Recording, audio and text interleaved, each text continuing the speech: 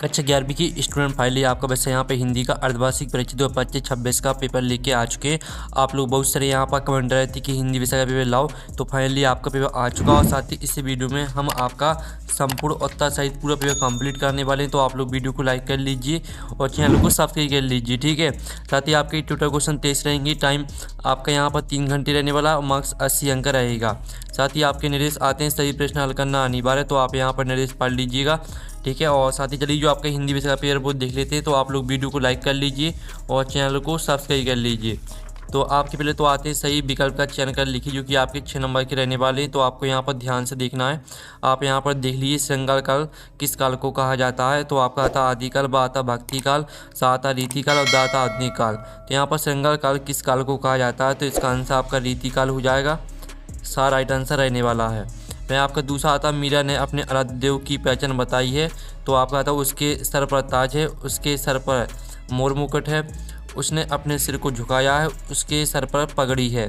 तो इसका आंसर रहने वाला उसके सर पर मोर मुकुट है, ठीक है, बा राइट आंसर रहेगा। फिर आपका तीसरा आता है जहाँ करण होने पर भी कार्य ना हो वहाँ अलंकार होता है। तो आपका आता व्यतिरेक, बा आता विभावना और सा आता विशेषोक्ति और दा आता विरोधाभास। तो यहाँ पर जहाँ करण होने पर भी कार्य ना हो वहाँ अलंकार होता है। तो इसका आंसर आपका विशेषोक्ति हो जाएगा। फिर आपका चौथा आता आपू के साथ 2.5 साल पाठ गद्य की विधा है। तो आपका आता रेखा चित्र, बा आता संस्मरण, सा आता कहानी और दा आता पटकथा। तो इसका आप चौथे का आंसर आपका संस्मरण हो जाएगा, ठीक है। फिर पाँचवा आता अर्थ के आधार पर वाक्य के भेद होते हैं। तो आपका आता 3, बा आता आपका 4, सा ऑप्शन आता 5, दा ऑप्शन आता 8। तो यहाँ पर अर्थ के आधार पर वाक्य के भेद होते हैं आपके 8, ठीक है, दा राइट आंसर रहेगा। फिर आपका 6वां आता बात का धनी होना मुहावरे का अर्थ है बहुत पैसे वाला, और बा आता बातों से कमाई करने वाला, और सा आता जुबान का पक्का होना, और दा आता खानदानी होना। तो यहाँ पर बात का धनी होना मुहावरे का जो अर्थ होता है जुबान का पक्का होना, ठीक है, सा राइट आंसर रहेगा। इस तरह से जो आपके सही विकल्प है 6 नंबर के वो कंप्लीट हो जाते हैं। अब प्रश्न 2 आता है रिक्त स्थानों की पूर्ति कीजिए, जो कि 6 नंबर के रहने वाले।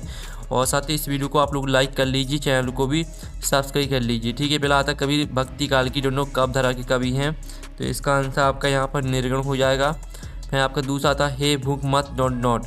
तो यहाँ पर हे भूख मत मचल, ठीक है, मचल आपका इसका आंसर आपका मत सता, ठीक है, सता रहेगा। फिर आपका तीसरा आता दोहा छंद मात्राओं के आधार पर डॉट डॉट है।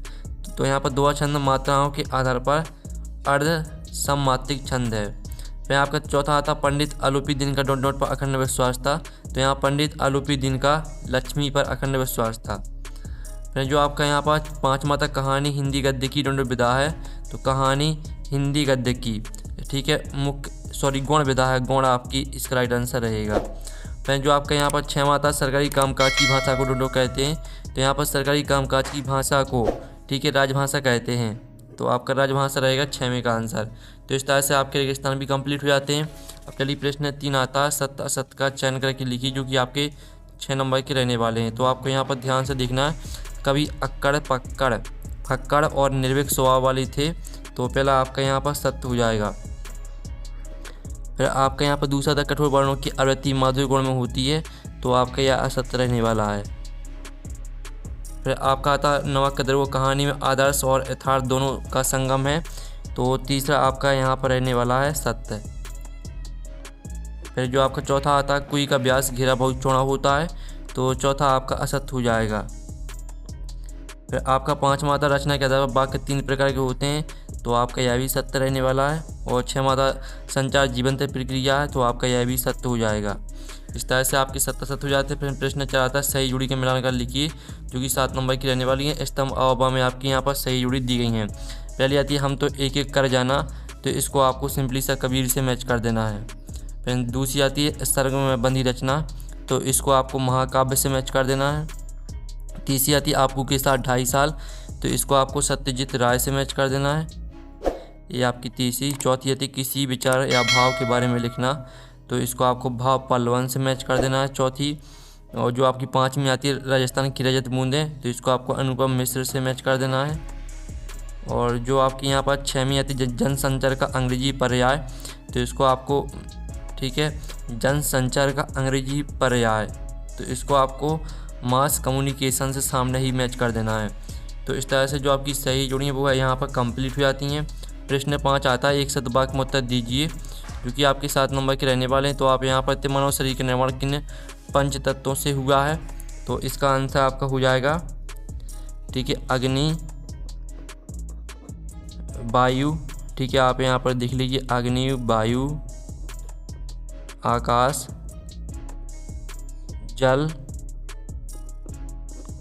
और आपका यहाँ पृथ्वी, ठीक है। इस तरह से आपका पहले का आंसर रहेगा। फिर आपका दूसरा था, रस की निष्पत्ति में सहायक तत्वों के नाम लिखिए। तो रस की निष्पत्ति में सहायक तत्वों के नाम है आपके विभाव, ठीक है। फिर दूसरा आपका हो जाएगा अनुभाव, ठीक है, विभाव, अनुभाव, संचारी भाव,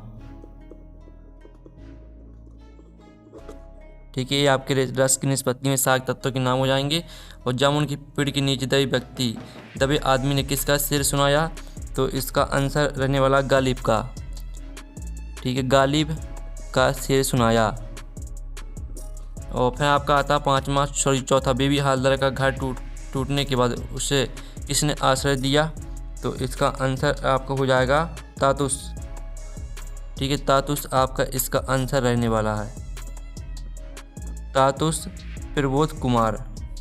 फिर आपका था काव्य के भेदों के नाम लिखिए। तो काव्य के भेदों के नाम होते हैं आपके श्रव्य काव्य, पहला हो जाएगा आपका, ठीक है, दृश्य काव्य, और दूसरा हो जाएगा आपका यहाँ पर श्रव्य काव्य, ठीक है। तो आप यहाँ पर अच्छे से याद कर लीजिए। फिर आपका था हम तो एक एक करी जना में निहित अलंकार लिखिए। तो इसमें आपका यमक अलंकार रहेगा, ठीक है, यमक अलंकार आपका यहाँ पर राइट आंसर हो जाएगा।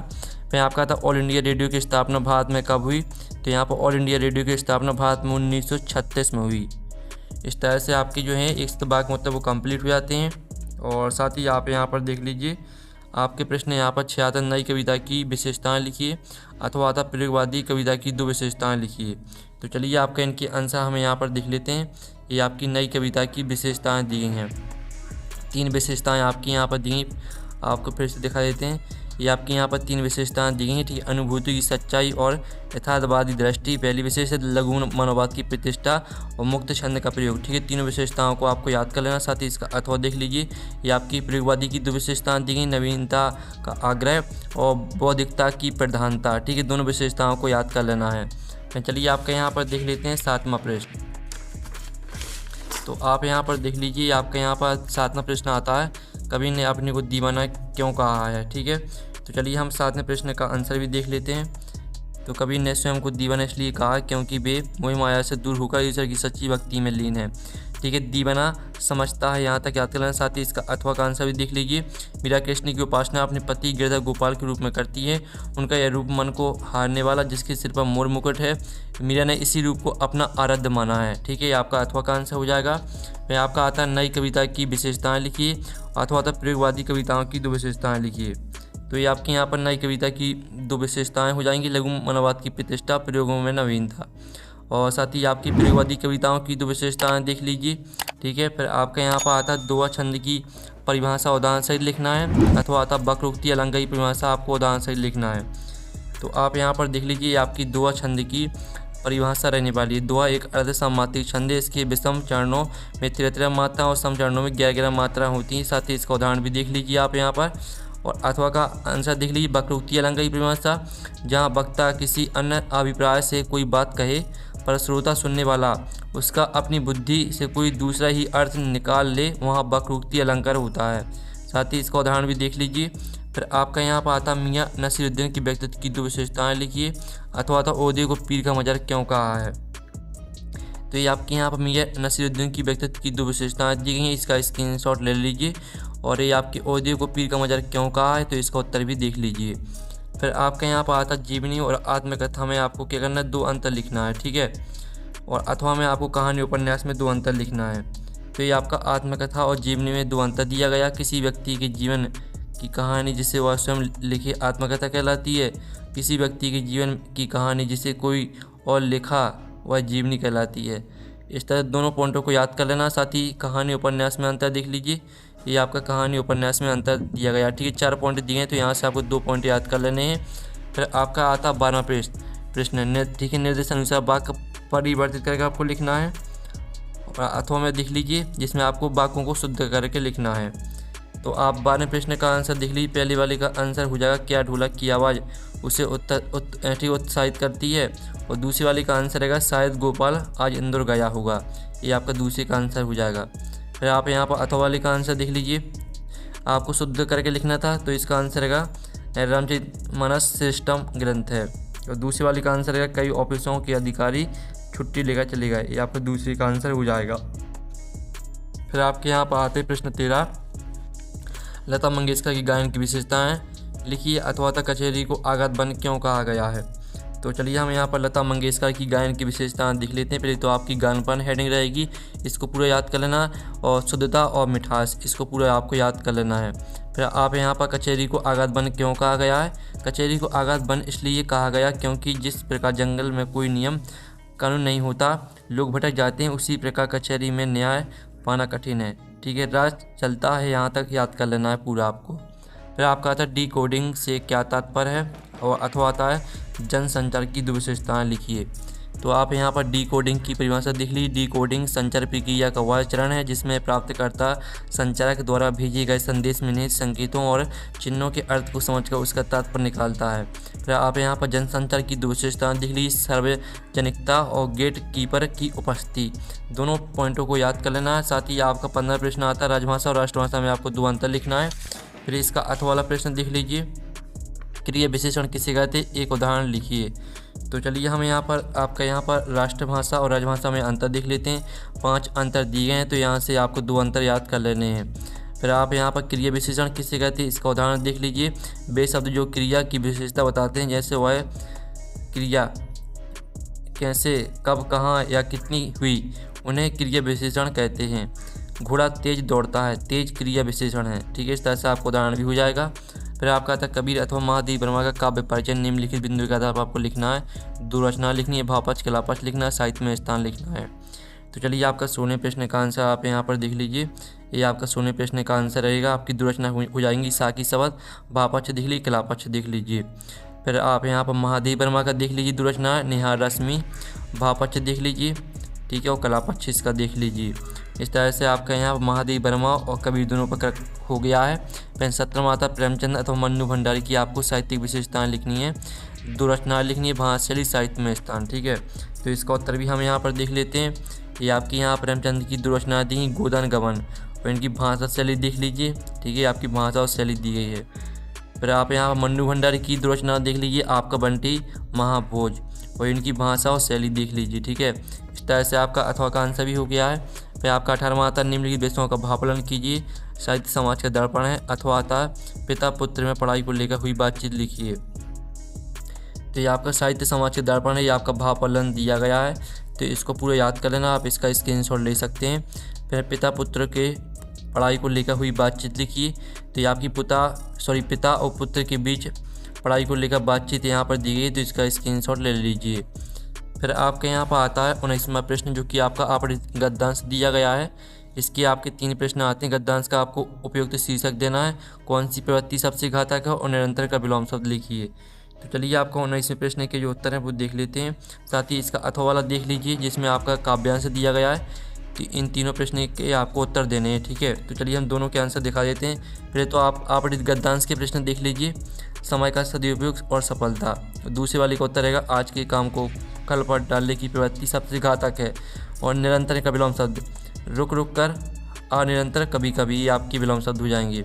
साथ ही काव्यांश के उत्तर भी देख लीजिए। काव्यांश का उचित शीर्षक हो जाएगा बादल का आहन। नूतन के शब्द का पर्यायवाची लिखना था, नया, नवीन, आधुनिक। 3 दिए हैं, तो कोई एक याद कर लेना। ठीक है, उपयुक्त काव्यांश का भावार्थ लिखिए, तो ये आपका भावार्थ दिया गया है। ठीक है, तो इस तरह से आपका अथवा का आंसर भी यहाँ पर हो चुका है। फिर 20वां आता है निम्नलिखित पद्यांश की संदर्भ प्रसंग व्याख्या आपको लिखनी है। हम तो एक एक कर जाना। ठीक है, इसकी आपको संदर्भ प्रसंग व्याख्या लिखनी है। तो आप यहाँ पर देख लीजिए, आपकी संदर्भ प्रसंग व्याख्या यहाँ पर दी गई है, स्क्रीनशॉट आप ले लीजिए। फिर आपके यहाँ पर 20वीं का अथवा देख लेते हैं। तो 20वीं का अथवा आता मेरे थे गुरु गोपाल दूसरा ना कोई। ठीक है, इसकी भी हम यहाँ पर संदर्भ प्रसंग व्याख्या देख लेते हैं। तो ये आपकी यहाँ पर इसकी संदर्भ प्रसंग व्याख्या दी गई है। ठीक है, तो इसका भी आप स्क्रीनशॉट ले लीजिए।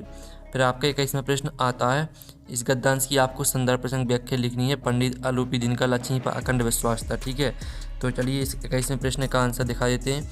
ये आपका 21वें प्रश्न का आंसर रहेगा। संदर्भ प्रसंग व्याख्या दी गई है, आप यहाँ पे स्क्रीनशॉट ले सकते हैं और फिर आप यहाँ पर अथवा का आंसर देख लीजिए, संदर्भ प्रसंग व्याख्या। ठीक है, तो इसका भी स्क्रीनशॉट ले लीजिए। जो आपके यहाँ पर दिया गया दुनिया सुधी थी, दुनिया की जीत जागती थी, इसका आंसर हमने दिखा दिया। ठीक है, अब 22वां आता है, नगर निगम नगर पालिका अध्यक्ष को नियमित सफाई न होने पर एक शिकायती पत्र लिखिए। अपने पिताजी को अपनी परीक्षा की तैयारी के विषय में पत्र लिखिए। तो चलिए आपका 22वां प्रश्न का उत्तर हम यहाँ पर दिखा देते हैं आपको। तो ये आपका 22वें प्रश्न का उत्तर रहेगा। ठीक है, और ये आपका 22 में के अथवा का उत्तर रहने वाला है। और जो आपका 23वां प्रश्न आता है जिसमें आपको निबंध लिखना है, तो निबंध आप खुद कर लीजिएगा। इस तरह से आपके हिंदी का पेपर कंप्लीट हो जाता है। आप लोग वीडियो को लाइक कर लीजिए, चैनल को सब्सक्राइब कर लीजिए। तो हम नेक्स्ट वीडियो में मिलते हैं। Thanks for watching.